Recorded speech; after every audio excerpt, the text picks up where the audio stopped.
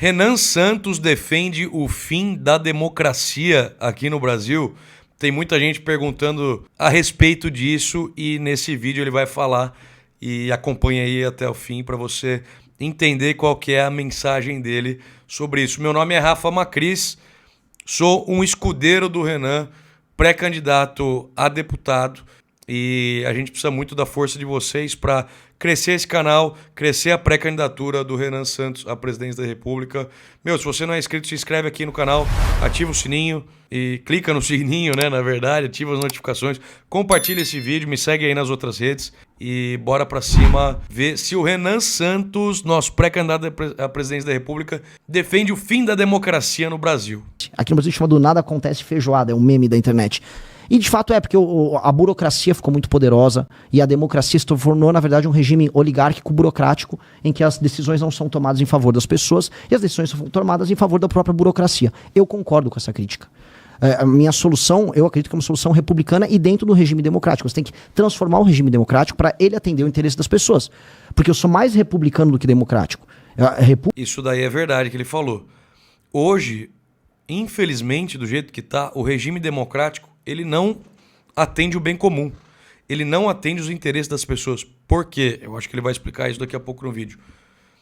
A democracia foi comprada, cooptada por essas grandes oligarquias, principalmente no Nordeste, cidades pequenas que têm tipo famílias que mandam há décadas na política local e políticos do Centrão que simplesmente compram um voto dessas pessoas. As pessoas pobres, elas não têm discernimento sobre isso, elas querem o seu benefício a curto prazo, não defendem propostas, então um gás, um benefício que ela vai ter aqui e ali, uma cesta básica, qualquer coisa está comprando o voto desse povo. E é a chamada democracia, né? Porque esses políticos estão sendo eleitos através do voto popular, mas de uma forma totalmente tirana e absurda. É uma ditadura que essas pessoas estão implementando nesses locais, que elas estão sendo eleitas de forma democrática, mas usando um artifício nada republicano para isso, que é a compra de votos dessas pessoas. Então a gente precisa libertar, né, essas pessoas desses políticos bandidos. E a gente tem proposta para isso e o Renan vai explicar. Quer dizer, res pública, coisa pública. O interesse público vem acima do voto, inclusive. E aí onde eu quero dizer, por exemplo, o Brasil vive numa democracia. Quem está nos ouvindo pode falar, não vive numa democracia porque o Xandão é ditatorial. Sim, o STF também cruzou a linha e o modelo de tripartição dos poderes ele está em grande medida morto no Brasil. Agora, se eu olhar para um voto numa cidade do interior do Brasil, o voto é comprado. O sufrágio no Brasil não existe. A base da democracia brasileira é compra de voto. O Centrão vive de comprar voto. Ele pega o dinheiro da emenda, desvia, faz um caixa 2, vai para eleição, usa os contratos que a prefeitura tem com fornecedores, compra o voto da galera e vai girando o jogo. Nós precisamos alterar essa dinâmica. E aí alterar essa dinâmica significa, em alguma medida, entender que o eleitor que vota na reeleição do prefeito e comprou o voto dele está fazendo um uso horroroso da democracia, que a democracia não está ajudando ele. Eu não estou falando em derrubar o regime democrático, até já fui muito questionado por jornalistas. O que eu estou falando, e aí baseado nessa leitura, é a democracia tem que ser reformada para que ela seja, de fato, vamos dizer, amiga do interesse do povo. Isso acontece muito nas cidades mais pobres. Existe uma correlação entre voto em políticos do Centrão e a riqueza da cidade e das pessoas que estão lá. Então, quanto mais pobre é a cidade, mais voto vai para o Centrão. Porque o Centrão não é um voto ideológico. O voto ideológico acontece mais por pessoas que acompanham política e pensam ideologicamente na hora de dar o voto, né? Tipo, o que essa pessoa defende sobre segurança pública? O que ela espera sobre fazer na saúde do Brasil? O que ela vai fazer para melhorar a infraestrutura? Essas pessoas têm um voto ideológico. Direita, esquerda, essas coisas. O voto no Centrão, basicamente, é o voto em troca de favor. O voto comprado. O voto de pessoas que acabam não pensando dessa forma. Então, se a gente conseguir fazer com que essas cidades que votam majoritariamente em políticos do Centrão passem a melhorar, a gente passe a criar classe média nessas cidades, por exemplo, a gente vai ter um comportamento de voto diferente. E essas pessoas vão alterar a sua forma de escolher os seus representantes e, naturalmente, a gente vai melhorar a representação nessas cidades. Então, a gente mexe no sistema de representatividade para tentar destruir essa compra de votos que acontece pelo Centrão Mudando como? Mudando o perfil do eleitor, deixando esses eleitores mais ricos, transformando os eleitores pobres em eleitores de classe média. E a partir daí a gente tem muita proposta para isso.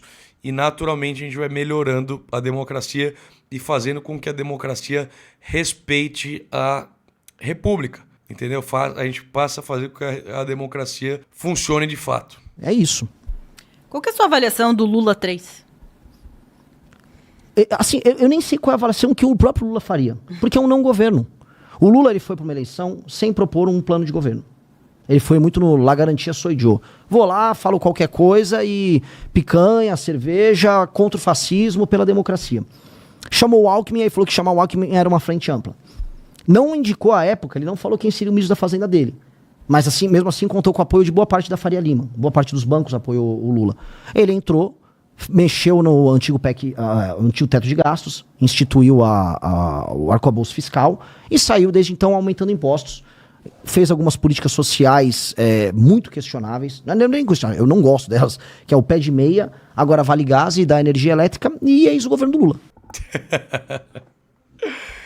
Pô, vocês viram isso? É verdade. O governo do Lula é um não governo. O cara só aumenta impostos junto com o Haddad, dá meia dúzia de coisa para a população de migalha, tipo gás, pé de meia e energia elétrica. E acabou. Não tem nada de concreto pro Brasil. E é capaz de ainda ganhar a eleição de novo. Esse cara tem que ser combatido. Se ele perder essa eleição agora, e o único cara que consegue ganhar dele, na minha opinião, é o Renan. Se ele perder essa eleição agora, acabou o Lula. E o Lula não conseguiu criar um sucessor para ele.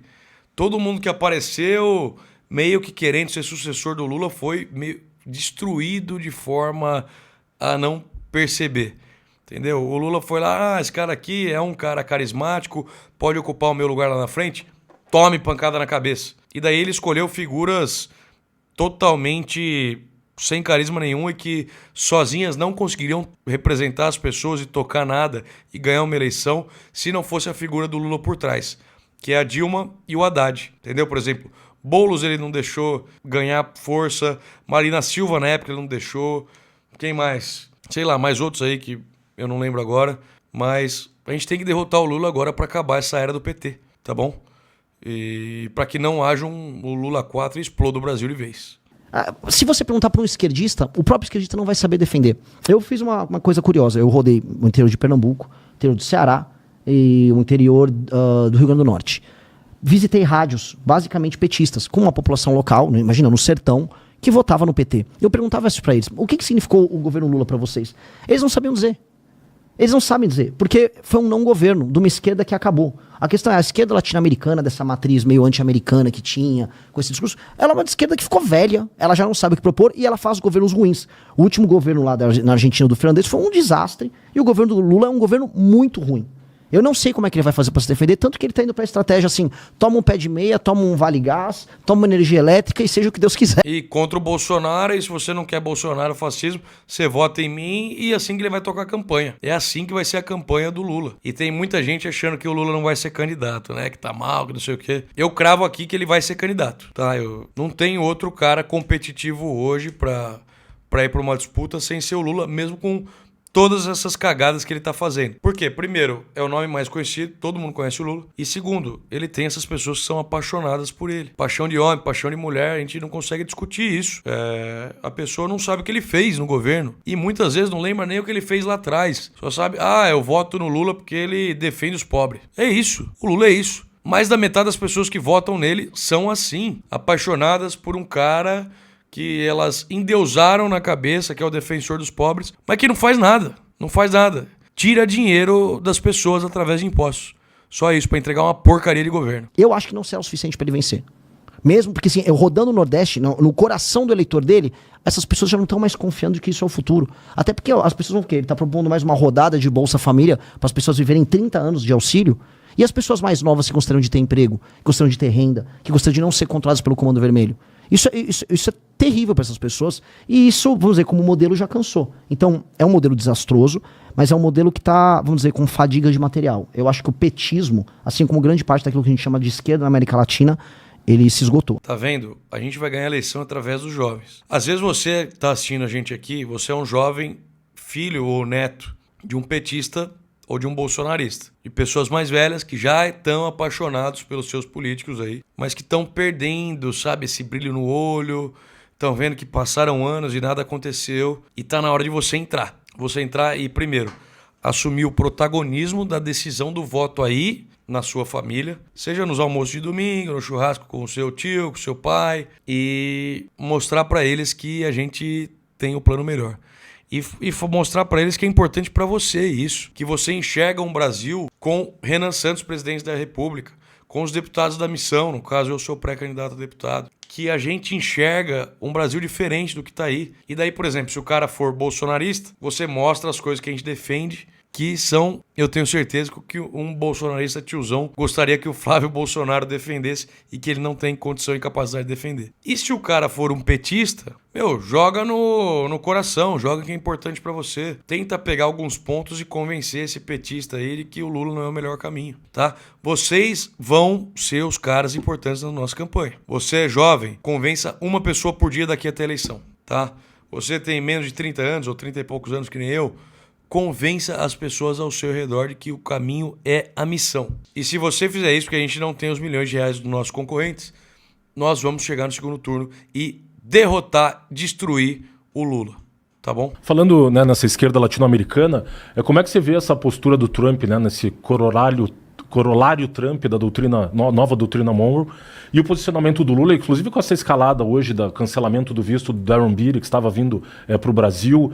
Hoje o Miguel Dias-Canel deu um discurso basicamente dizendo de forma muito, né, falando pianinho, por assim dizer, dizendo, olha, entrei em negociação com o Trump, parece que o Trump vai querer também, da mesma medida que fez de capturar o Maduro, vai tomar alguma medida mais drástica em relação a Cuba. Como é que você vê o Brasil hoje dentro dessa Guerra Fria 2.0, China, né, o eixo China e o eixo Estados Unidos? Eu acho a situação do Brasil é humilhante.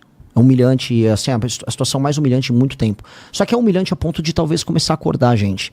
Eu tive recentemente nos Estados Unidos, eu conversei com membros da direita americana, gente ligada inclusive ao governo Trump, e eles já estavam falando, olha, com uma guerra que está pintando, uma guerra, por enquanto uma guerra fria, né, uma guerra proxy, né, você brigando na Ucrânia, no fundo você tem China e Estados Unidos brigando numa guerra que envolve a Ucrânia, e com os Estados Unidos começando a se posicionar diante do crescimento da China, cabe aos Estados Unidos garantir o que eles chamam de reserva natural de recursos e de poder, reserva de poder, que é o hemisfério ocidental, maiormente as Américas. Tanto que os Estados Unidos falam da Groenlândia até a Patagônia.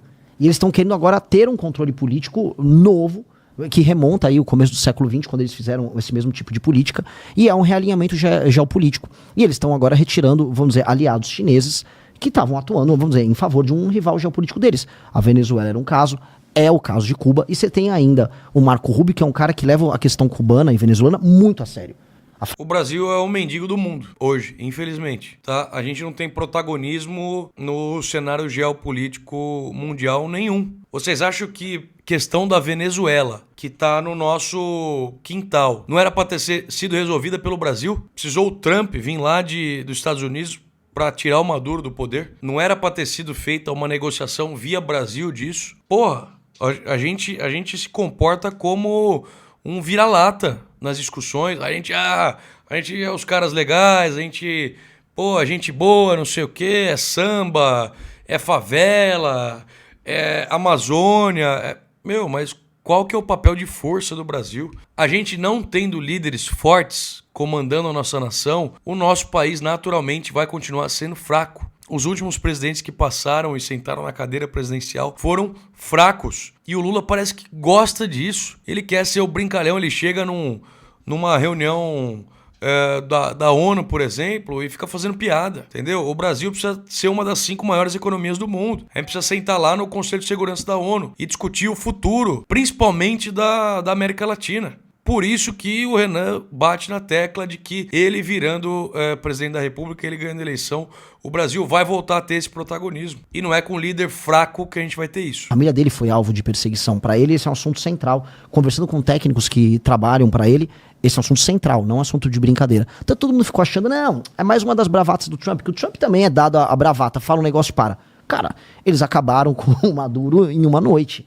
Se eles quiserem acabar com o regime cubano, é em uma noite. O que eu ouvi falar, inclusive, com dissidentes venezuelanos e cubanos. A maior questão não é nem derrubar o governo, é saber o que colocar no lugar. Na Venezuela, eles ainda não souberam o que colocar no lugar. Agora, sobre a nossa postura nesse jogo todo. Veja, o Brasil deveria ser o país a ser o guarda de uma democracia liberal, vamos botar nesses termos, na América do Sul. O Brasil deveria estar enfrentando o narcotráfico. O Brasil tinha que estar destruindo essas facções criminosas em todas as Américas. O Brasil poderia ser um aliado estratégico dos Estados Unidos. Assim como a Rússia é para a China, o Brasil poderia ser para os Estados Unidos nesse jogo. O Brasil teria muito a ganhar. Mas o Brasil adotou, desde o primeiro governo do Lula, uma postura não só de desconfiança com os Estados Unidos, mas de aliança alternativa, a aliança do Sul global, todas essas conversas mole. E o que a gente ganhou? A gente ganhou uma desindustrialização, a gente vende nosso produto agrário para a China e, detalhe, assim, a China compraria isso de qualquer forma da gente, esses produtos, ela precisa, ela ainda não está autossuficiente em termos alimentares. Então o Brasil ele perdeu uma grande oportunidade histórica. E eu acho que o Brasil se tocou agora disso. E o Brasil é frágil nesse ponto. O Brasil não tem muito o que fazer. Os Estados Unidos vai começar a botar o pé dele na América do Sul e o Brasil vai ter que ficar assistindo. E pior, eu acho que vai ficar pianinho tentando colaborar. Que é o papel que o Lula tá tendo, que é um papel que eu considero humilhante. Precisava ter demonstrado força desde o começo. Agora o que o Renan está falando é o que pode acontecer, principalmente com relação à exploração das terras raras aqui no Brasil. Tá? Em nome de alguma investida do Trump que possa acontecer, do governo dos Estados Unidos, a gente possa, pela posição frágil que a gente se colocou, ser obrigado a negociar em posição inferior a questão das terras raras aqui no Brasil. Sim. Isso pode acontecer e eu acredito que vai acontecer.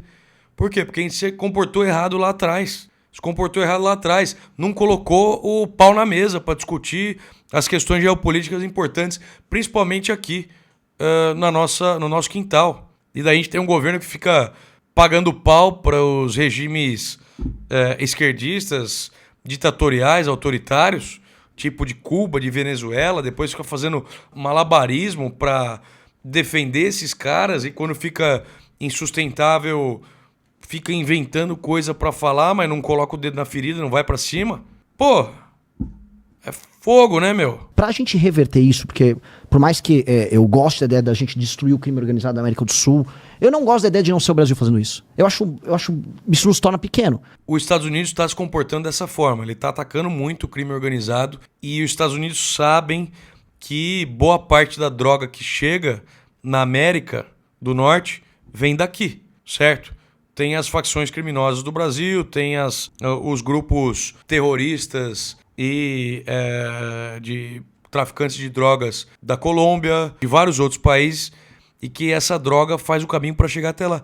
E os Estados Unidos precisou vir para a América do Sul para combater isso. Não era o Brasil que tinha que unir as forças com os outros países da América do Sul e combater o tráfico de drogas, fortalecer a fiscalização nas fronteiras, nos portos. Pô, é claro. Agora não, a gente espera os Estados Unidos virem colocar o dedo aqui no nosso continente e a gente vai se enfraquecendo com cada ação dessa. E depois não tem mais o que fazer, que é o que está acontecendo. E a gente faz com que uma espécie de um irmão maior do norte coloque o pé aqui e a gente fique para sempre diante de uma força maior. O que para nós, eu volto a colocar, nos diminui como potência. Então a gente tem que, ao meu ver, a guerra contra o crime organizado no Brasil nos colocaria numa posição, inclusive moral, mas uma posição de força também para falar, não, eu quero fazer isso nas Américas, eu quero resolver essa questão na Bolívia, até porque boa parte da droga que passa por São Paulo e vai para Porto de Santos, ela veio da Bolívia, vamos fazer isso na Bolívia, olha, eu quero fazer isso no Equador também, vamos trabalhar, vamos fazer uma força conjunta na Colômbia. Esse teria que ser o papel do Brasil, que é um papel de força, só que os brasileiros estão preparados para isso? A gente tem que ter muita autoestima, tem que sair dessa coisa de sou um cachorro caramelo, a Anitta tá na favela, vou gravar um vídeo lá, não, eu sou uma nação que me leva a sério e vou ser levado a sério pelos meus vizinhos. Então, o tapa na cara, por mais que seja um tapa na cara ou te humilha ou te desperta, né? No meu caso, eu acho que é um tapa na cara que teria que despertar. Nação forte. A gente precisa ser uma nação forte. Começa pelos nossos vizinhos e a partir daí a gente vai ganhando espaço, ganhando notoriedade, ganhando uma força maior no debate da questão geopolítica no mundo inteiro e a gente vai se colocando no lugar onde a gente deveria estar.